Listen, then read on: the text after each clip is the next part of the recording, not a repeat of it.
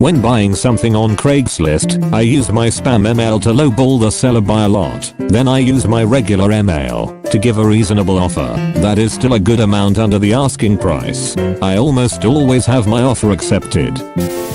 I always pick rock paper scissors against my sister or in front of my sister. I end up doing dishes more, etc, but the odd time I really need something I pick scissors. She's always going on about how I'm so dumb for always picking rock, but I know what's up.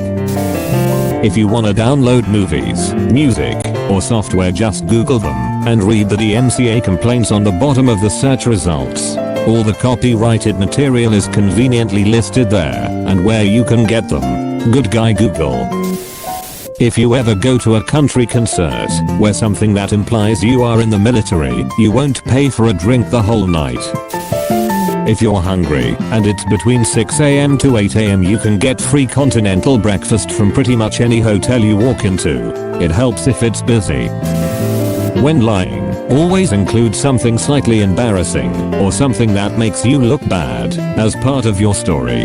It's not only going to disarm their skepticism, admitting to something embarrassing gives an impression of humility, but even if they remain skeptical, they'll be left wondering why you would make something up that you'd rather keep secret if it were true. The weirdest I've heard of is rich moms hiring handicapped people to go to Disney with them so they and their children can skip all the lines. When you are calling a utility/customer service number and you need to speak to someone but receive an automated menu prompt, choose the Spanish option, then press 0. Multiple benefits here. More often than not, they do not hire reps that only speak Spanish.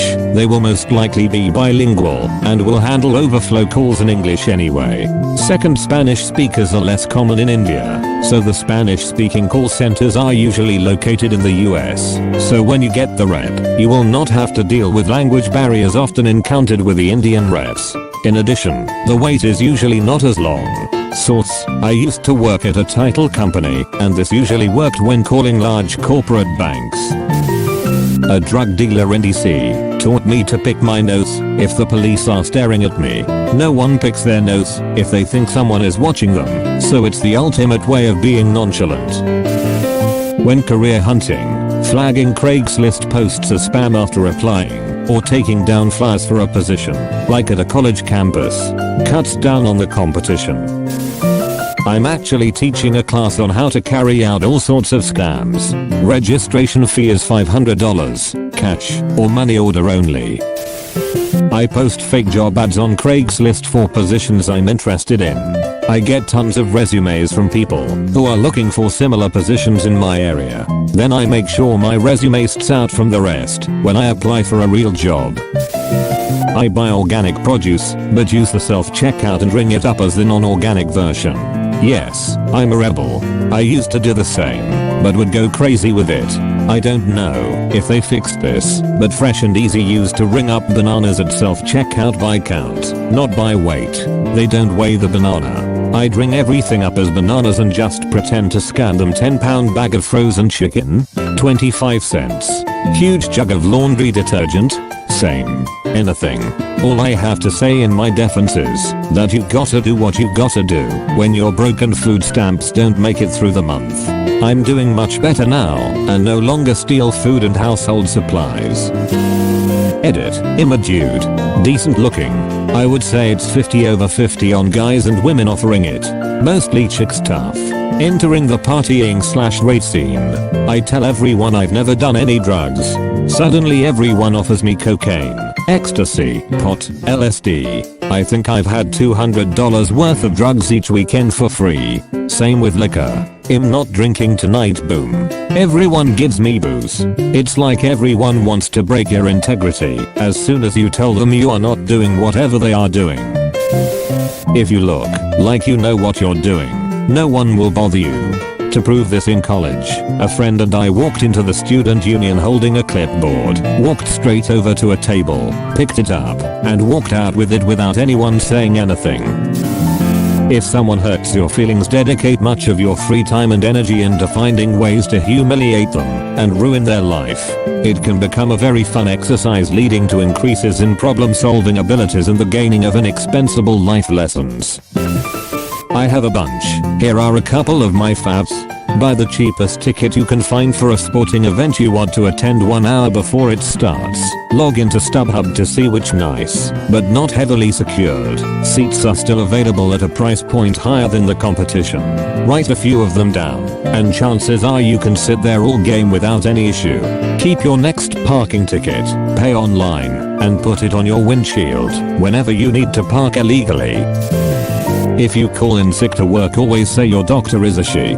Just that tiny detail makes it so much more legit. I can't make it in today. My doctor's a woman. Bulletproof.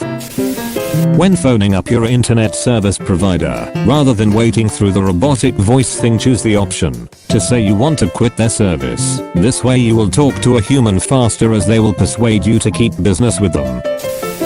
Call up your TV provider and tell them you want to stop using them. To keep your business, they will offer extra channels. When the channels run out, repeat the process. I have had NFL Sunday Ticket on direct for 3 years straight now for free.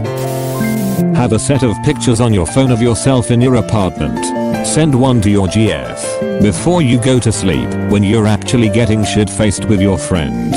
Edit: why is everybody so mad? The title of the thread says unethical.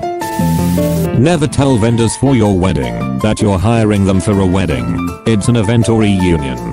Big price difference. I take a person to the uni dining hall with Tupperware in it. Load up multiple plates of food, then take a bunch with when I leave. I do not feel the least bit bad about it, considering what they charge me in tuition, plus I pay to get into the dining hall anyway. Also, having worked banquets and buffets before, I know they probably are away literally tons of food per week. Might as well turn some of it into dinner. Here's a classic. Drive over to your 7-Eleven of choice. Fill up a Slurpee and drop some candy bars in that bitch. Make sure the candy bars aren't showing. Cover the Slurpee and pay for it. Free Snickers, bitch. I'm not condoning this behavior, but McDonald's will replace any item free of charge. No questions asked. You can eat an entire Big Mac, walk up to the counter with the empty wrapper, and just tell them it wasn't good.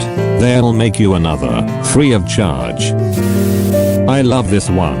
Okay, so when buying beer, if a beer comes in both 6-pack and 30-pack form, each individual beer will have a barcode on them.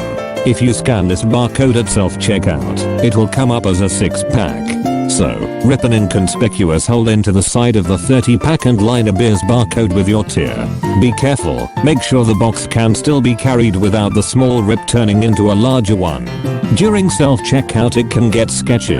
On most checkouts, the price comes up briefly. I've done this many times and only been busted once. The employee said, "Wow, I can't believe they rung up that way, whatever," and we were on our way. Nothing like purchasing 90 beers for a little over $20. If you need to cash from an ATM and it's not a large amount, buy a 5-cent piece of gum from a gas station that has the cashback option. It's cheaper than a $3 charge. If you break something, but don't have the receipt anymore, buy the exact same one from the shops, and then either scavenge parts from it to fix yours, and take it back claiming it didn't work out of the box, or just return the old one with your new receipt. Then sell one on eBay. A YouTuber said this in one of his videos. How to have a guaranteed call back from a girl when you give her your number. 1. Go to a upper class area near an ATM or a big bank. 2. Search trash cans around the location for withdrawal receipts. You'll look for one with a large bank balance on. Try collect a few, maybe £30k, £40k plus, and stuff them in your wallet. 3. Now when you give a girl your number, just pull one of these out and write on the back of it your number. At some point they'll see your bank balance and decide to give you a go.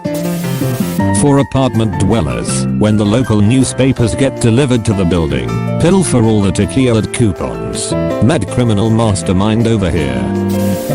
Whenever I go to a big chain movie theater, I get my tickets from those electronic kiosks they have at the front, and I buy the child's price tickets.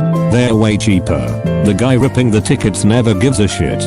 I'm always prepared to say, "Oops, did I buy a kid's ticket by accident? Sorry if I ever get caught, but I've done